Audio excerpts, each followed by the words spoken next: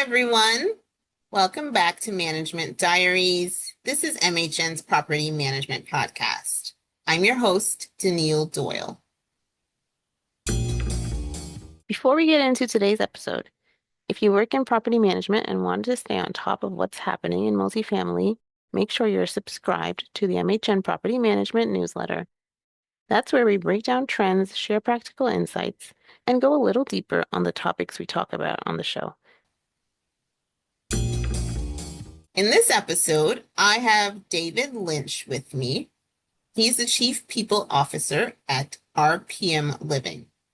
David and I are going to talk about how staffing models can strain property operations and just how operators can shape teams to provide the best experience. David has a hospitality background, so he really brings a unique perspective on that service aspect, and that's what we're going to talk about today.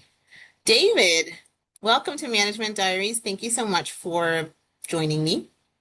Denile, such a pleasure to be here. Thank you for the invitation. Okay, David. So you spent 18 years at the Ritz-Carlton before you moved to multifamily, right? As I mentioned, your background is in hospitality.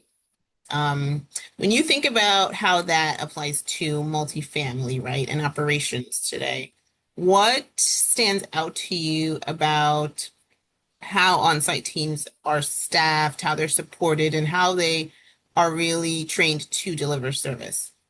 There's direct parallels, of course, with hospitality and multifamily. At the end of the day, they're both people business, right? Oftentimes in hotels, you have staff upwards of, anywhere from 150, right, to 350 individuals that are servicing guests on that 24/7 basis.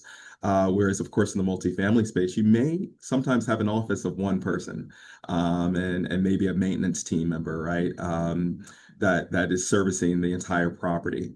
And definitely the needs are different from guests to residents. So it does allow for a little bit more focus on their experience once you get a place completely, leased up into occupancy. But really focusing on really the people that you have is so very important. When you talk about service delivery, oftentimes a lot of people tend to think of the multifamily space of being essentially asset management, that we're there to manage the building, the physical asset. And yes, that's a part of the job, but the reality is you're really there to provide a service to the people that are living there on a day-to-day basis. It's really making sure that those residents have everything they need to live their everyday life. And so oftentimes in my career in hospitality, we talked about the idea of purpose versus function, helping our team members and our associates to understand that, what is the purpose of being on site, and which should be to be available for future and current residents at the end of the day. Because you're dealing with all aspects of the leasing cycle, anywhere from someone who is interested in and leasing at that property and maintaining that relationship with them to hopefully get them in and make that unit, that community their home at the end of the day, the place they lay their head at night, along with the ones that are currently there and then the ones that are moving out, right? Depending on the asset type and the building type, there is a little bit more security because you're able to build that relationship with that resident, right? You get to know them, you get to know what's important to them, you get to know their daily habits. And so, whereas when you have larger staffing models, such as hospitality, you don't necessarily get to know your guests that much, right? When we're thinking of the priorities, as you mentioned, there are company priorities. Where do you see like there is the most pressure? From the leasing aspect, that has been a little bit of the priority, is making sure that you are capturing all the leads possible, creating the best experience to bring those leads to being residents within our units, our communities. So there's been a lot of pressure there, but then of course maintenance. We are a party property management company, and so it really relies on our clients investing back into their properties. From a maintenance standpoint, it's our responsibility to, one, maintain the property, to the best of our ability, but also to highlight things that might need to be done in a proactive nature that would affect the residential experience. And then provide recommendations to our clients to, help mitigate any cost for, you know, future damage or liability or anything of that nature. So when you're really like, talking, having these discussions with clients, right? What are might staffing gaps might kind of reveal that your clients may not see. We take it very seriously to advise the clients on the appropriate staffing model. What are they hoping to do? What's their business plan at the end of the day? And then once we get that business plan, we'll go back and we'll look at and we'll let them know, well, here's how we achieve that. Here's where we come in to help you achieve that. If there's an asset that is, has more units or maybe it's a Class A property, right? That has a little bit more demand from the clientele, right? From the residents. We're able to advise that, hey, you do need a larger staff there, right? You do need a certain amount of leasing associates. You do need a community manager, community director, right? We work with them to come up with the best possible answer for that. Coming from the Ritz-Carlton, the epitome of service and hospitality, are there any things that you noticed when you moved into multifamily that were really are considered normal, but from a hospitality, someone, in hospitality, those things would stand out to them? So I'm going to be a little edgy here, right? And a multitude of industries, hospitality included, the way in which you measure a company by its success is a number of metrics, right?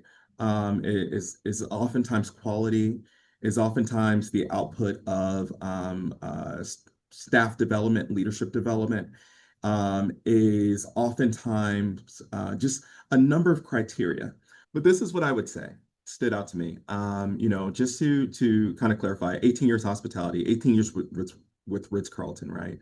13 of those years was directly on site, working in various roles, from being on the operations side, working all the way up through leadership, human resources, learning development. Then I spent a little over a year with Marriott International, supporting five of our four different brands, five different properties in a regional role. But then moved to the Ritz-Carlton Leadership Center. That's where it gets interesting. That was the first time I didn't work in hospitality. And it sounds wild because it is the Ritz-Carlton Leadership Center. No, Wow. we were the advising consulting extension of the Ritz-Carlton Hotel Company. So what we would do is take our best practices and we'd help other companies outside of hospitality develop their organizational culture. I did that for about 4 years. So bringing that all back to your question to say, is there something that maybe is differentiated or that kind of shocked me moving from not only hospitality, but kind of a global aspect versus the multifamily space was how the multifamily space measures success. And here's the edgy part, right? I found myself Googling, I found myself Chat GPT, Clauding, you name it, um, saying, who's the number one, right? Who's number one in multifamily space? And one thing that kind of struck me as being a little bit different versus other industries is that success in the multifamily space is solely measured based on quantity of units that are managed. That's it. Whereas I'm used to other industries that are focused on quality as being the number one metric for success, as staff leadership development, as output to the end consumer being the number one focus or measurement of success, but not necessarily in the multifamily space yet. Right. In my role and capacity, I've been brought here to primarily lead our human resource team, learning and development team, our associate experience team. But the totality of my role is really to help uh, really solidify our organizational culture and our brand differentiating kind of factor, which for us is our people, right? Have you ever seen the movie Field of Dreams, Denile? Yes. That famous phrase, if you build it, they will come. Yeah. right? Anytime I had the opportunity to do a keynote or a training, I would always reference that phrase in that movie. And naturally in that movie, they're talking about the individual that gentleman that owned the cornfield, and he kept having this premonition of if he built a baseball stadium, this old baseball player would come back and others would come too. And spoiler alert for those who have not seen it, he builds it, they come, right? But I always use that phrase by saying, anything that we want to achieve as a business, if you build it, they will come. Let's reprioritize our focus. And in this case, instead of building a baseball stadium, what I mean is relationships. The more you have engaged associates, the more they are open and willing and able to engage with your residents. Well, the more you have engaged residents, the more your units fill up. The more your units fill up, the more demand there are for additional properties to be managed by So if you build it, everything else falls in line, right? Not starting with just the goal of the quantity, right? Like, let's change the focus and reprioritize, to use your word. That's right. That's right. That was one thing that in the project work to lead up to this meeting, getting to RPM a year ago, I was working on a internal project that we had to really focus on our customer experience, and help build the framework for a customer experience strategy and model that we have called the Keys to Extraordinary now. It wasn't lost to me when clients would approach us and want this focus on customer experience, knowing that if we have great customer experience at the end of the day, we can validate and we can validate why we charge more. We can differentiate ourselves from the competition. There's a quote that I hang all of my kind of thought and thought process on, theory on, and that has stood with me. It's currently attributed to this gentleman named Price Pritchett, motivational speaker, entrepreneur, thought leader, and writer of book. Although when you Google it, you can't find it. Other than when I've probably quoted it other places. Oh my gosh, and here I was planning to Google it. You try to Google it, and 9 times out of 10, if someone said it, there's a couple of hospitality places that have it listed. They probably heard me speak somewhere, Denile. So I'm like, it's not credible, but the quote is, "An organization can never be what its people are not." An Mm. organization can never be what its people are not. I'll never forget when I was starting out in my career, sitting in what we used to have called general sessions, and that quote came up on a video, and it impacted me so much that I went to the next general session because we had multiple throughout the day. I went just so I could capture that quote again. An organization can never be what its people are not. That always stands with me because, especially as we talk about staffing, all right, how important staffing is, staffing models, how important engaging your associates, your staff, your whatever you call them, right? If you want the best return on your investment, right? If you want the best NOI, it heavily requires that you focus in on the people that are providing the experience on a day-to-day basis. Because when you focus on them and you provide the people, in our case, our associates, the associate experience, you give them the right um, uh, demonstration of investment in them. And the reason I say demonstration of investment is because a lot of times people point to pay. That was something I heard a lot, is that, in this industry, people will leave one property to work at another property for 50 cents more. I hear that a lot.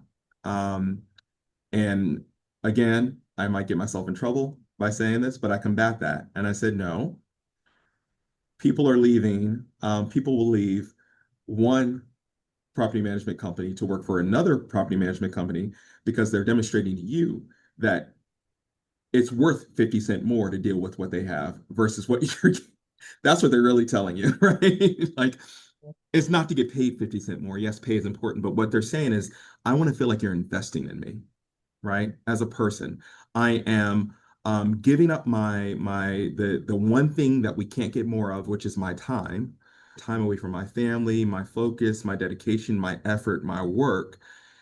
And I just want to be with the place where I feel like, one, I belong, that I'm included, and where I'm being invested into, right? Now, an investment comes in regards to, yeah, naturally the paycheck, right? And that's a huge piece of it, equitable pay. But how else are you investing in people? What are the total rewards? What are the fringe benefits that part being a part of that organization? How are you helping them grow as an individual? How do we make sure that when they clock out at the end of the day and have worked a full 8 hour shift, they don't go home and now they're venting for 8 hours about their day, right? The thing that you have as a differentiating factor that you provide to your customer, in our case to our residents, how is that demonstrated and translated in our associate experience, right? It's not the 50 cents, right? It's what it represents. It's not just, okay, as long as they have the tools to do their work, right? That's enough. It's beyond that now, right? We've moved past that. I would dare say the pandemic shattered that model, right? Of you are here to be a worker and you separate your life from work, and that's not a thing anymore. But now it's even more so important for today's modern day workforce to also feel as if there's something that they're part of something bigger to begin with, right? So if I'm giving up my time to be in your organization, to be in a building, and I'm giving up, then it has to be something bigger. I have to be tied into something bigger than that, right? Um, and big shout out to all of the on-site teams in our company and all the multifamily space. Truly, because you're met with the unknown every single day, right? We're at the nucleus of people's lives, and I think that's something that's often lost. Is I don't know about you, Denile, and I love this. This has been my thought pattern, regardless of where I worked. I've had some, I would say, the most wonderful jobs and the most wonderful organization, right, possible. I really do. I feel deeply about that. But every morning when I wake up, you know what I look forward to doing? Coming right back home. Every single time, every single, and that's everyone. That's everyone, right? It's like I like my space, right? I enjoy my space, right? I enjoy the comforts of my home, right? When I've had a great day, I look forward to coming back home and getting rest. When I've had a terrible day, I definitely need to get back home so I can just rejuvenate, right? Well, we're fortunate enough in this industry that we are a part of people's lives. And so when you're able to help staff members understand that when we have the goals of being, 94% occupied and all those things. Yes, those are all numbers, those are all metrics, but what that really truly means is that we have helped individuals find that space where they feel the most comfortable. Earlier, you used that quote from Field of Dreams. How do you build that kind of um, that model that really helps the associates translate all of that, like their own experience, as you were talking about, like to the resident experience? What's important for a company is to identify the kind of written defined culture first, right? And then attach those behaviors to said culture, right? So that automatically builds the foundation of what are we here to do, right? Why RPM versus any other competitor in the multifamily space, right? You have to first define that to begin with. So once you define that, now I know who I'm looking for that is able to be a part of that and wants to be a part of that, right? So now what I'm doing is taking that culture and I'm infusing that into how I go out to select individuals to be a part of it, right? And that just informs, like there's automatic things. I think I would say, Denille, when we jumped on this call before we even started recording, right? We just had this kind of commonality where we're able to just talk and feel comfortable and like, me moving from Philadelphia and you being in New Jersey, like just the camaraderie there, right? That you, you build that environment where people feel like, this is my space, this is where I belong, right? Then you build systems to train to it and support it all along the way. That's the goal, is to stand out, right? It's like when you go to a hotel, sure, Yeah. the bed should be comfortable, the room should be clean, but you're not just going Foundational for the expectations. right. Just because you're clean and the bed is good, you've done nothing different than anyone else. Like Then that's the bare minimum. you can get that at, a multitude of places. So, That's right. right, it's beyond that. What is the differentiating, like what are the differentiating elements beyond that? That's right. So do you think it is something that, that you can train for? From the theater world, we always say yes and, right? Yes and. And so I'll bring that into here is yes and, right? I call it the skill, will, ability matrix. And what that really does is measures, when you're looking at someone's kind of performance and how they are doing a job, you're kind of measuring, saying, okay, is it a case of their willingness? Are they even trying to apply themselves to accomplish that task? 'Cause that's the will piece. The next part is the skill. Do they even know what to do? Right? Do they have the right training to be able to do the job? And then personally, I add in ability. Like there's just some things like I will tell you if I just go back to my hospitality days, right? When I got in leadership, I would try to go and help our housekeepers clean a room. And they have to do that very, very quickly, a number of rooms. David can clean a room thoroughly. David cannot clean a room thoroughly and quickly. All right. That's an ability thing. I do not have the ability to do it quickly, right? I take my time, right? And so sometimes that's a factor too in someone's performance. You have to look at it and say, well, are they actually able to do that job? Right. Our job is to one, identify individuals that one have the willingness to engage with our residents and the way in which we've defined. And so that's the interview process. Like, are they one willing to do it, right? And then two, do they have the ability to do it? Those are the two things you're primarily looking for when you're selecting your staff and your candidates, right? Now, you might notice I skipped one, skill. That is our responsibility. That's where training comes in. You can train skill.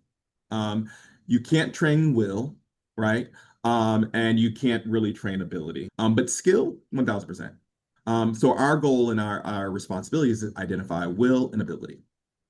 Everything in between is where we come in. It doesn't make sense to hire a person who doesn't like people, right? And because if you have someone that's disgruntled when they get asked a question from a resident, right? And they're at the front desk and they're supposed to be providing service to them, then what are they doing there? Thinking about consistency, that across the board, that service, that consistency when you're under pressure, right? That's right. This unit has something, and then, like 14 other units also have these That's right. issues, right? That's right. So how do you teach leaders across departments to create that consistency? Don't put out a system and a process and then disconnect yourself from it, especially as a leader. How important is it to stay connected to the operation, right? The other thing is involve the people that do the work um, in the creation of the process. That's probably the most important thing that you could do, right? Yeah, as leaders, specifically in our corporate and regional offices, we could sit in boardrooms all day long and, as I like to say, play Sims with the lives of those individuals that are out, doing the work. Um, that won't get us but so far, right? Because we're not in the throes of it, right? We're not in the midst of it. So how important is it to pull those people into the conversation or go out to them and say, okay, this is a change that we need within the organization. It creates the buy-in for whatever that process change or system change might be, first and foremost. Um, but then it's well informed by their actual day-to-day tasks, right? That when consistency falls apart within our organization, that we reconnect back to the purpose of what we're doing. Let's go back to the drawing board and say, what is it? Maybe we need to actually, instead of adding more checklists to make sure it's done right, maybe we need to simplify the checklist or reduce the checklist to give them capacity to actually engage with the residents in the way that we need to actually create the experience that we've defined. And maybe that's going to be the thing that helps us, really achieve our goal as an organization and ensures consistency because now it's simplified. Yeah. I love analogies. I don't know if I've said enough in this call or not, but my team will tell you I love analogies. And oftentimes we're watching reality TV shows or even sports. My mom always calls my dad a couch coach, right? We're removed from it. We could see the broad vantage point, right? And I think about some reality TV shows that I've watched where, you know, there are two castmates on the show and one deeply trusts the other and they shouldn't. And we as audience members know every reason why they should not trust that person, but they have an undying loyalty to them, right? Or even in a sports game, right? As a fan, you're sitting and we see the entire field. So when that, maybe football, when that linebacker or quarterback or whoever, makes that run and you're like, why did you run directly into the defensive line, right? Why didn't you go that way? we have to remember sometimes as corporate support, as executive leaders, that yes, we can see the entire field. But sometimes the players on the field, those on the front line, sometimes they have a helmet on that keeps them just like this and keeps them in the moment, right? And sometimes their eyes are on one person versus the other 10 that are on the side of them that they can't see because they have blinders on. And so we can't create solutions at a very broad scale without understanding what is their vantage point, right? And then going back into how engaging is that for that individual to be a part of that conversation. Now you're showing that you're actually investing in me because you're investing me in the creation of processes. But you're also showing me that I'm not just a cog in the wheel, but I'm a part of this, right? Right. I contributed to it. I contributed to it. That's absolutely right. It's authored Yeah. by me, you know? Like auditing some of those things, right? Where you can identify how can we simplify something, Right. right? Like if this is a checklist with 99 items, consolidate a few or maybe, remove some, right? Right. And so that simplification was a really interesting point. Sometimes we overcomplicate it. Um, get back to the basis of what you're there to do and keep it Right. simple. Keep it simple. Smarty. Smarty. So keep it simple, smarty. I like your version better. Wow, David, this has been such a really enlightening conversation, and we've really talked so much, and we've gone really in depth about staffing and just building the right models and connecting it to from the experience of the associate to all the way down to the experience of the resident. Um, I do want to close this out on a lighter note. What is a hill that you are willing to die on and completely unrelated to work? I can't say it's completely unrelated to work because it's probably what fuels my philosophy in everyday life. Um, have you ever had a bad day before? Absolutely. 100 times, Yeah. yes. Yes, we've all done it, right? It's usually a culmination of individual interactions that create a full bad day. And so the hill that I would die on is just imagine if all of us individually and every interaction is something I try to do here in my office. It's something I try to do just as I'm engaging with people on a day-to-day basis, right? Is where I walk in the grocery store, I'm crossing the street or something is I try to like do the simple things, offer a smile, engage in conversation, right? Wish them a good day, even if they don't wish me one back, right? Um, try to offer a recommendation of something, or I see somebody lost in the grocery store. I'm like, it's that celery ketchup you're looking for, right? Yeah, yeah. I was here for it too. It's on aisle five, right? Just I try to be that light in the middle of the day for somebody because I always realize that all of us are on the brink of having a full bad day, right? And if I can just take the moment to be that light in that day, maybe it won't be a bad day for them. Maybe it'll be a bad moment in the day, right? You don't ever know what someone's going through and if they're on the brink of a full bad day, but my goodness, what if you were the person that turned it around? It's such a great mindset to have just as you go about your day, because if we think about it, like how many times how many during the course of the day, so many interactions, and sometimes you're kind of absent-mindedly just going through, right? Not really thinking about each individual interaction, right?